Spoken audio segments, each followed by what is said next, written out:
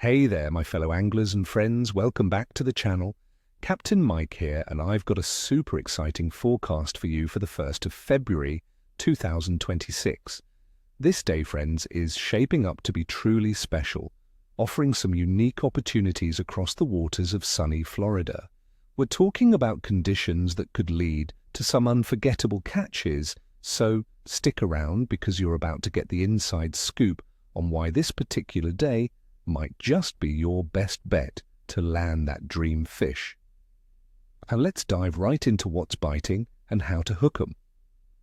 First up, the redfish. These bronze beauties will be cruising the shallow flats, especially those with darker, muddy bottoms that warm up quickly under the sun. Look for them around oyster bars and mangrove edges in about 1 to 3 feet of water, where the sun has had a chance to work its magic.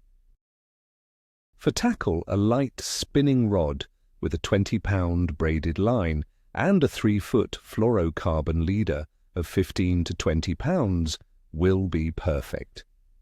My go-to bait for redfish on a day like this: a weedless jig head with a 4-inch soft plastic paddle tail in a natural colour, perhaps a new penny or root beer hue. Slow, methodical retrieves with slight twitches will often trigger a strike, especially during the warmer parts of the day.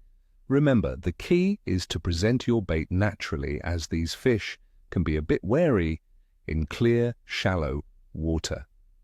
Next, let's talk about speckled trout.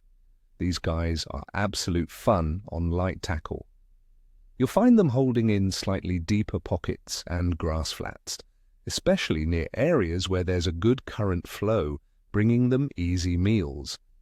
Think about those transitions from shallow to deeper grass, or along the edges of channels. A popping cork with a live shrimp or a soft plastic shrimp imitation suspended underneath is deadly. For artificials, a mirror lure or a small twitch bait worked with short pauses will also entice a strike. Use a 7-foot medium-light spinning rod, 10-pound braid, and a 20-pound fluorocarbon leader.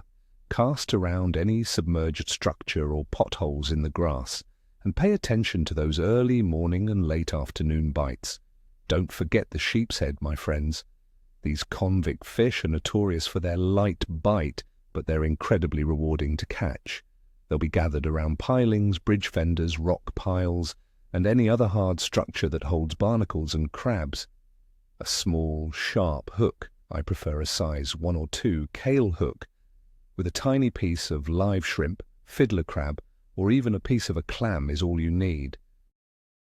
Use a light to medium rod with a sensitive tip and a 20-pound fluorocarbon leader directly to your hook with just enough weight to hold bottom. Watch your line closely because their bite is subtle, often just a slight tick or slack in the line.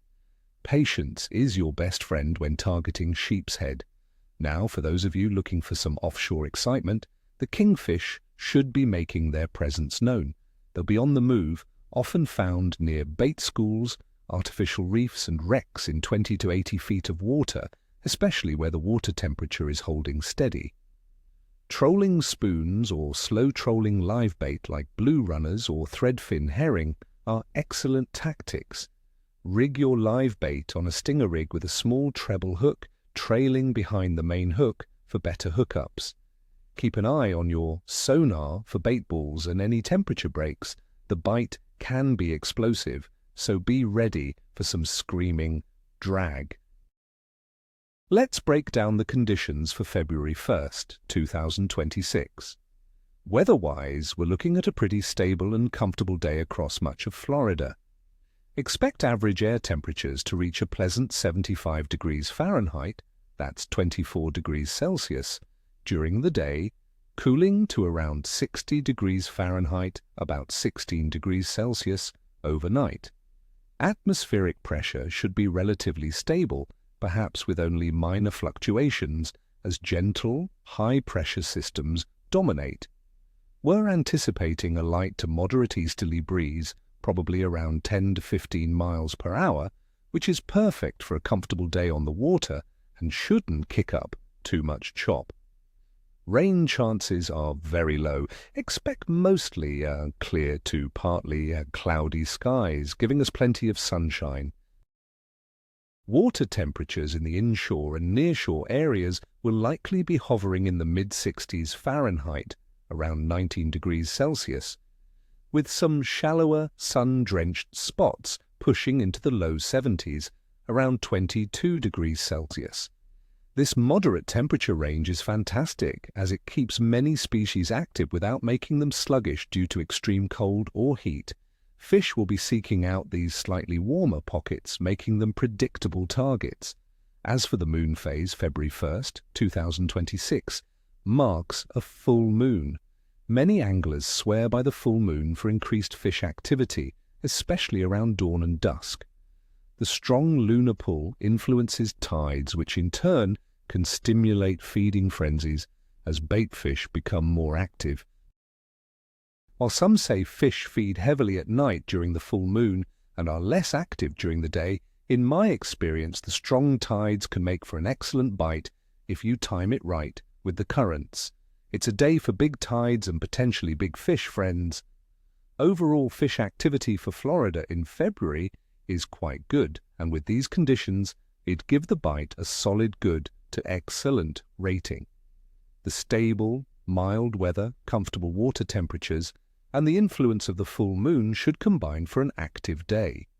Expect redfish, trout, and sheepshead to be actively feeding inshore, particularly around warmer water pockets and structures. Offshore, the kingfish and various snapper species will also be providing plenty of action. Just remember to adapt to the specific conditions you find on your chosen spot. So, my friends, get out there and enjoy the incredible fishing that February 1st, 2026 has to offer. I'm wishing you nothing but tight lines and screaming reels. Ni chavosta, ni che shwe. Don't forget to hit that like button, subscribe if you haven't already, and ring that notification bell so you don't miss any of my upcoming forecasts. And tell me in the comments below, what are your go-to baits for February fishing in Florida? Have you had any incredible full moon catches? Share your stories. Until next time, keep those lines wet and those hooks sharp.